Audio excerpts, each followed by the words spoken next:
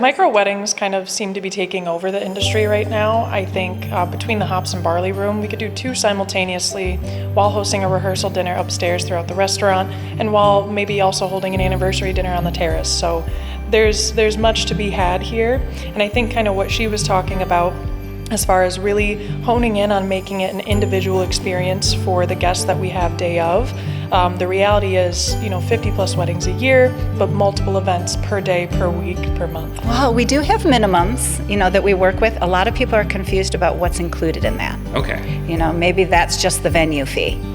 Or, now how much of that is food and beverage, where always the best thing, start with the brochure, narrow down your preferences, that we do the proposal for them, so then they can see exactly what's included.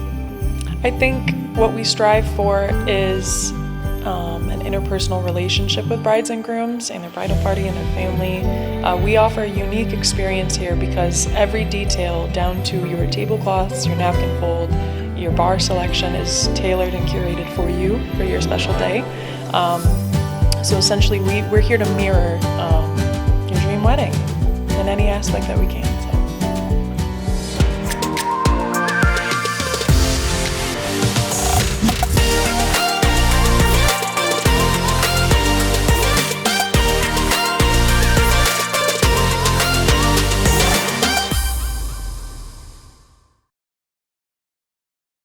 Hi, I'm Jeff Carpenter. Welcome back. I got another special podcast for you today.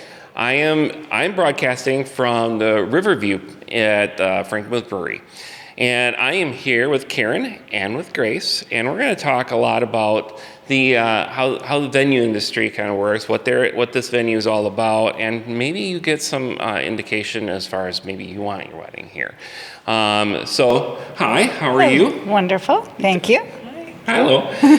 So, gosh, I'm going to start with a few questions here, just kind of like get a good essence about how this place kind of like started and how it performed and where it came from, all that kind of stuff. So, all right. So, when did it get started, and where is it at specifically? Just about to tell everybody. Okay, all right.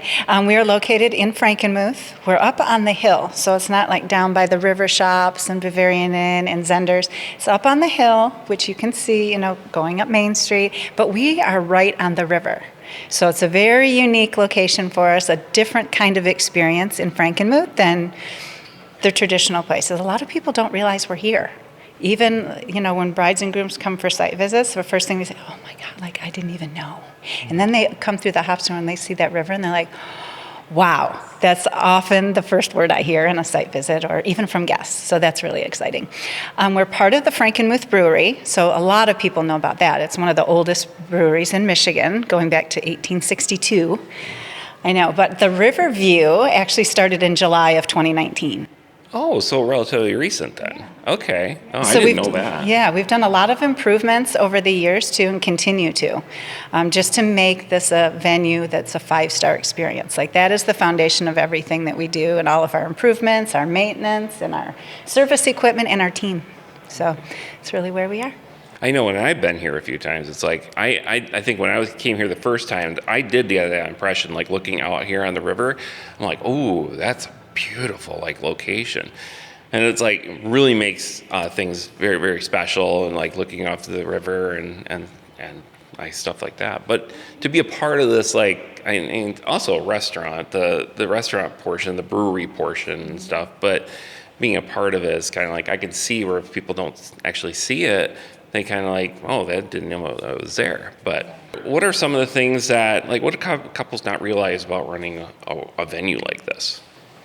Well, for the couple, this is their one experience, their one big celebration. Their whole family comes together and closest friends, and it feels like this is the only one there is. And to them, it is, and to us, that's how we like to treat each opportunity to work with a couple and a family.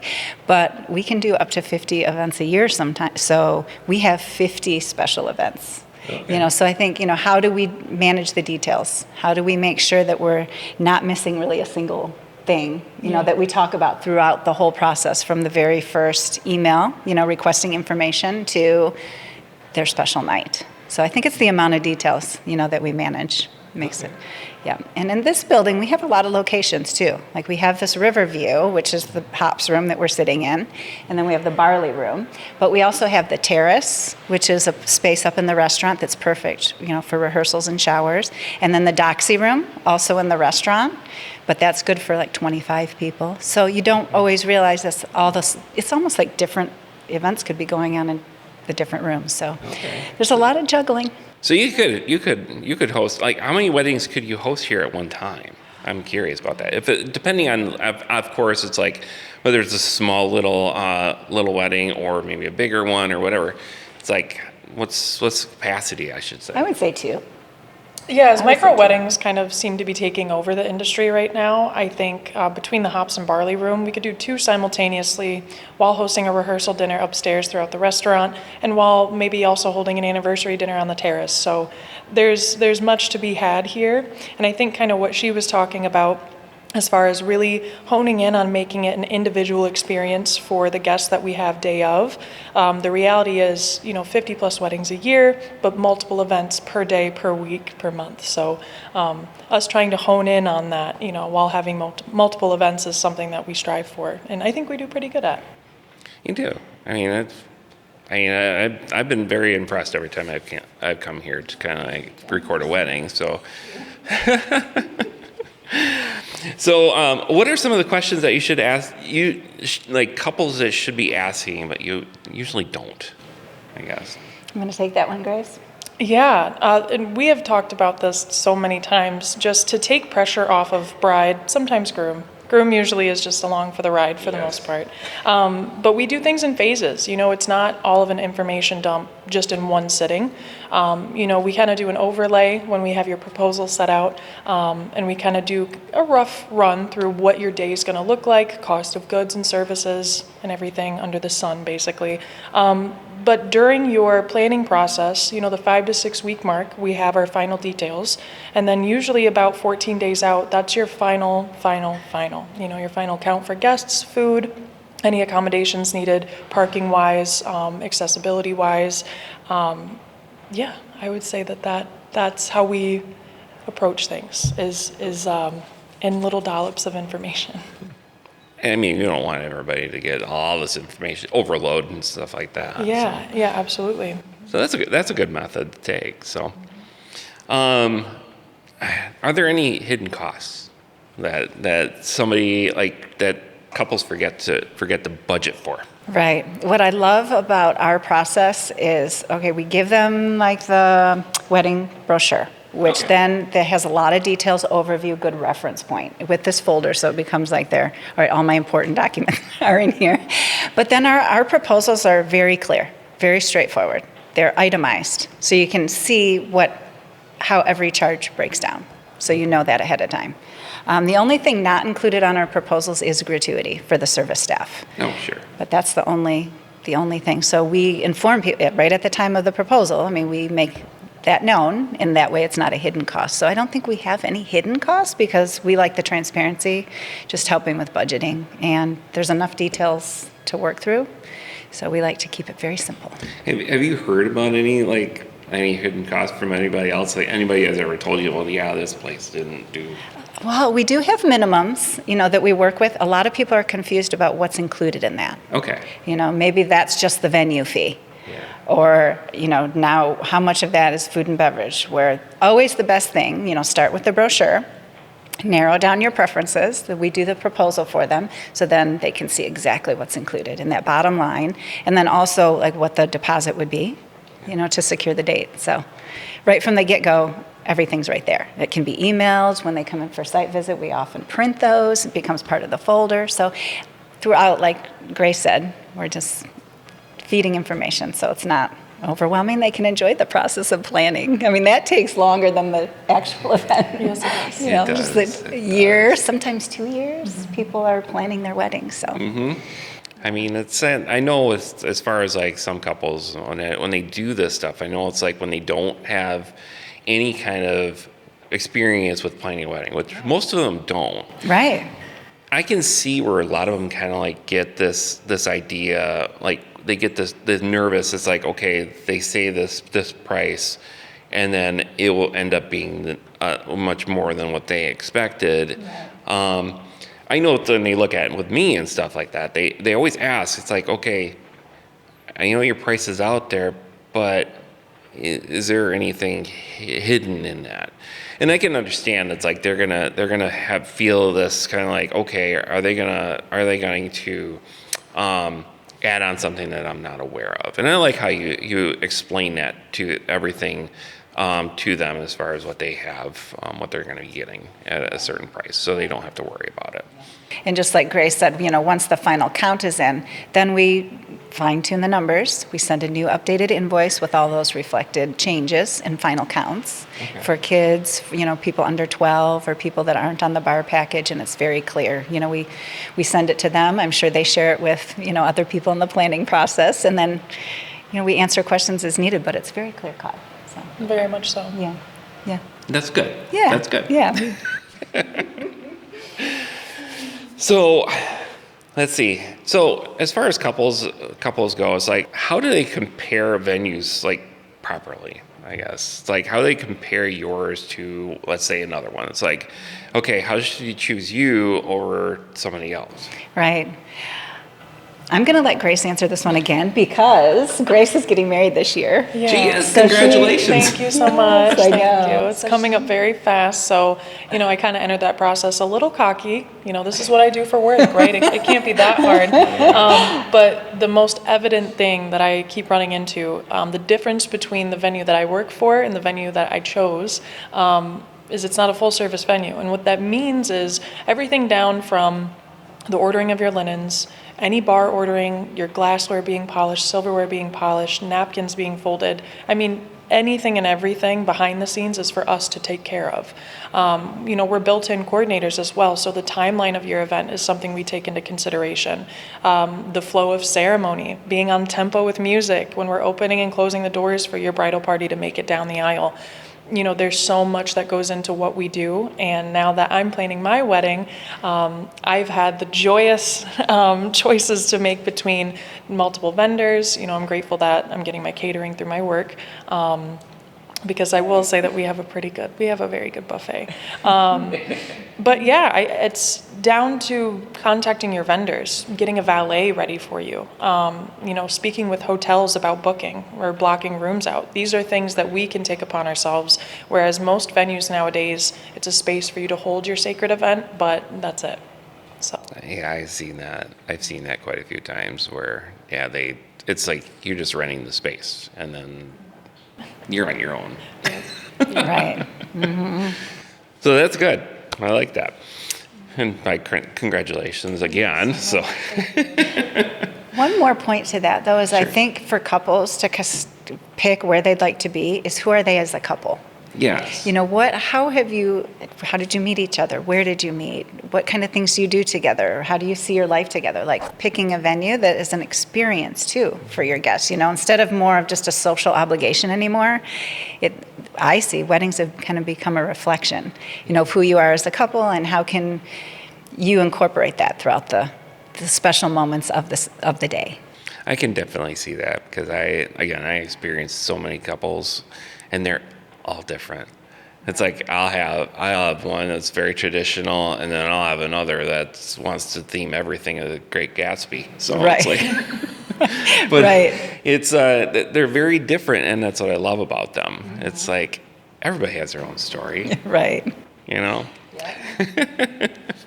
So kind of like going a little bit off topic and stuff like that. It's like, I've had so many that have asked me, it's like, how many bridezillas have you had? And I'm like, well, personally, I don't feel that I have had any, because it's like there's a lot of stress that goes into the wedding day, right.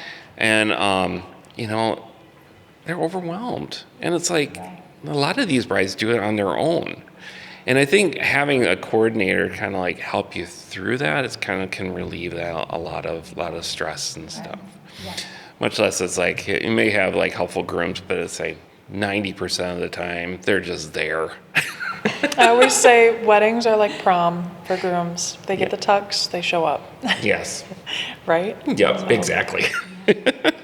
Yeah, with us on our site visit, so as I mentioned, the folder, I'll go back to that. It has my card, and it has my cell phone, and it's call or text anytime. Even on the very first email that I sent to people, because I think that's important. Like when you have a burning question, like you need to know someone's going to answer the phone or someone will respond to your text. And I mean, always within 24 hours. I mean, if it's late at night, it's going to be the next day. So I can't say like an hour promise, but I think we do a really good job at dropping that veil, right? The professionalism still stands no matter what, and we are available and accessible most of the time. But we're very interpersonal as well. We understand that these are sacred events. These are the once in a lifetime events, right?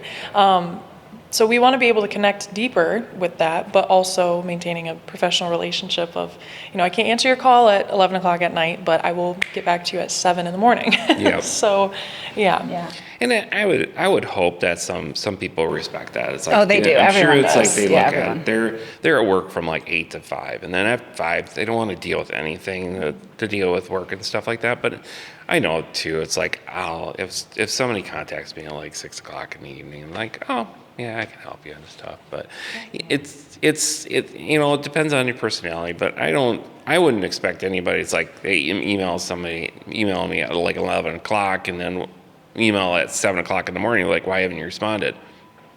I think in the years that I've been here, and maybe Karen can agree to this, I think I've maybe only seen that once, maybe twice. But again, like you were saying, they're nervous, and this is a very big, it's a large commitment, it's an expensive commitment. These things can definitely add stress to anyone's plate. So.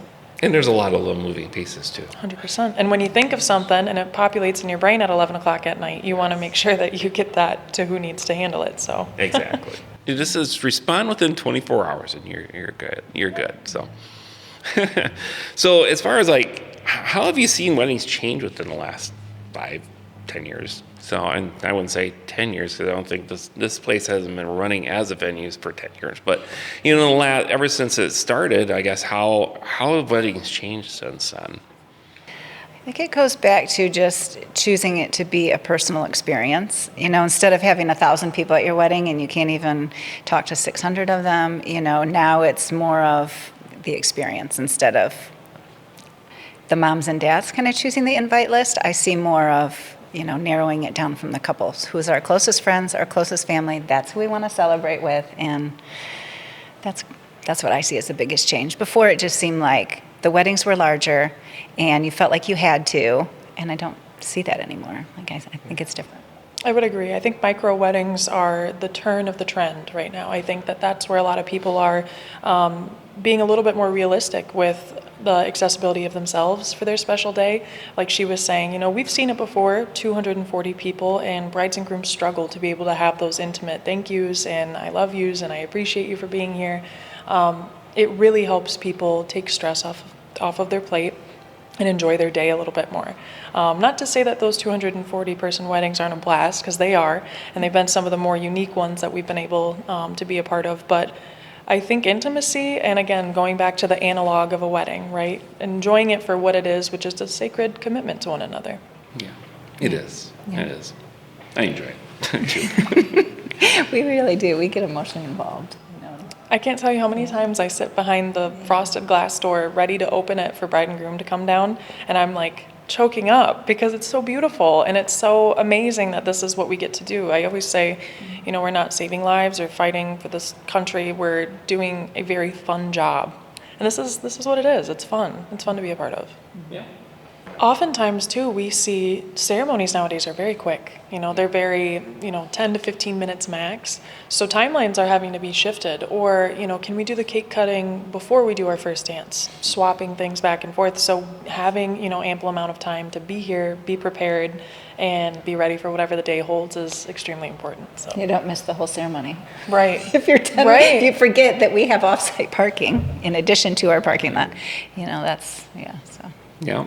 But it's like, well, what's the shortest wedding ceremony you ever had here? Do you know? Under 5 minutes, Yeah. honestly. Yeah. We're like, Yeah. we hear clapping, we're like, whoa, Well, they're done. From what I remember is that they were together for upwards of 10 years. You know, they tried to get married during COVID and it just didn't happen. So they were able to get married, I believe it was in 2024. And by the time we had closed the door from the bridal party, the last guest of the bridal party making it down, I walked around the liquor cabinet and back and I heard clapping. And I'm thinking to myself, were they clapping for the bridal party? No, they were done. They were done and ready to go. So they made the most of their cocktail hour, that's for sure. Sounds like it. Sounds like it.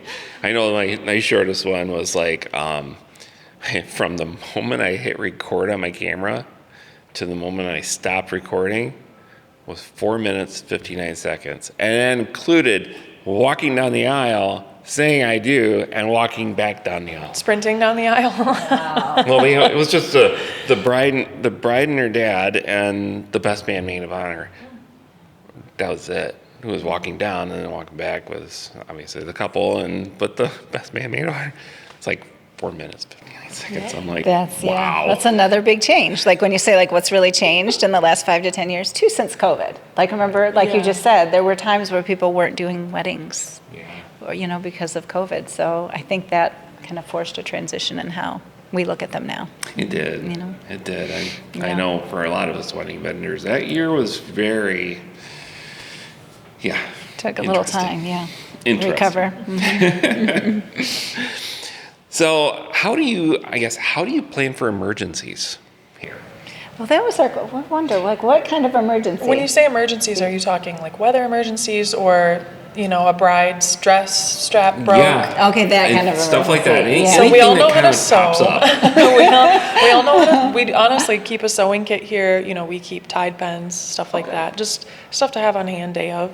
I think because we as a team are pretty trained, diligently trained, I'd say, in anticipating needs as far as, for example, when we're dismissing tables, we're doing it because it's efficient, it looks more elegant, but we're also doing that so per table we have 2 staff members go to bus your plates from your hors d'oeuvres, fill your waters. Your guests don't even understand that their cup was half empty, right? So when we're able to anticipate needs and move about 5 minutes faster than what everyone else is, those emergencies don't seem to happen often. So yeah, we're in the right place at the right time. Yep. I can see that. It's like, I've seen my share of, straps on bridesmaids getting undone. And but the big one for me is the bustle on the dress, on the bride's dress. Yeah. And she's dancing and somebody steps on it, it breaks the bustle.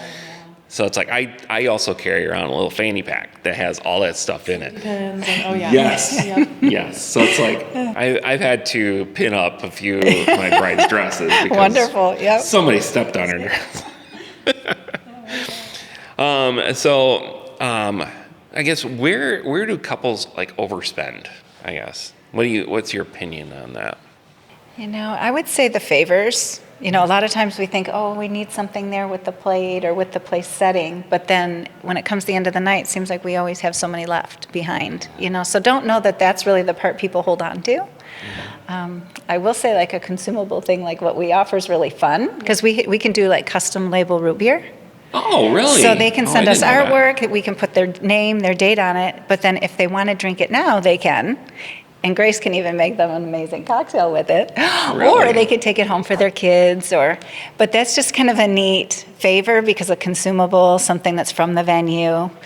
But as far as other favors, I see left behind. So I'd say, just consider that. Yeah. Well, that sounds good. Yeah. And what is one creative or memorable wedding you've had here? Do you want to talk about November 8th and I could talk about New Year's Eve? I think that would be fun. Personally, I kind of dreaded having to work on New Year's Eve, and I'm thinking to myself, there's so many more things I could be doing. Bar none, one of the coolest weddings I've ever done. So this hops room that we're in transforms into dance floor after ceremony, and it was 11:55, and everyone had grabbed their final cocktail from the bar and made their way into here. We did champagne flutes, so every guest had a glass of champagne. and DJs counting down. The TVs were on in here doing a countdown, and unbeknownst to actually anyone here, that they lit fireworks off from across the water. Yep. So I'm like, yeah, congratulations, we set this up for you. No, I'm kidding, but it was a very, very unique wedding, to celebrate, kind of a holiday at the same time of a wedding, and people were just in really good spirits. It was a really fun crowd to be a part of, so. Okay. Yeah. The November 8th was one of our largest events last year. And it was great because they had this whole room was packed with the ceremony. So 200 people were in this room for the ceremony. And then after, all the guests got the opportunity to go and explore Frankenmuth a little bit. And then I did open the terrace for them too if they wanted to stay on site. And then we continued to transform the space even into hops a little bit for the seating for dinner. So when they came back for cocktail hour, we had it all set up in here. The room had completely transformed. And then some tables were here, as I said, for dinner, but then they were able to stay, and then that was the dance floor. And it was just very unique because they embraced the entire venue. They embraced the entire menu. The town. The town. They really created a very amazing experience by including every hors d'oeuvre, every dessert. They had a large, expansive menu. Mm-hmm. So they really just said yes to the whole experience, and it was amazing. The guests, of course, always bring extra magic to the celebrate the magic, but it was amazing just to have them here for the whole day and have the transformation take place and experience it in different ways. That's fun. Yeah. Yeah, that was very memorable. Well, so what is the craziest request you've ever had? I love these. I love hearing stories. We've had many, but nothing has really shocked us as much as, and neither of us knew this, but a haircutting ceremony after your ceremony is, I guess it's the trend right now to signify, out with the old, in with the new. And we had a bride come to us asking us, if she could use one of our additional spaces for this. And we're thinking, cutting hair in a restaurant, food service, health code. So all these things are flying through our mind, but we were able to transform our rooftop space, our red sky space, to match health code, to accommodate her and her bridesmaids or her mother.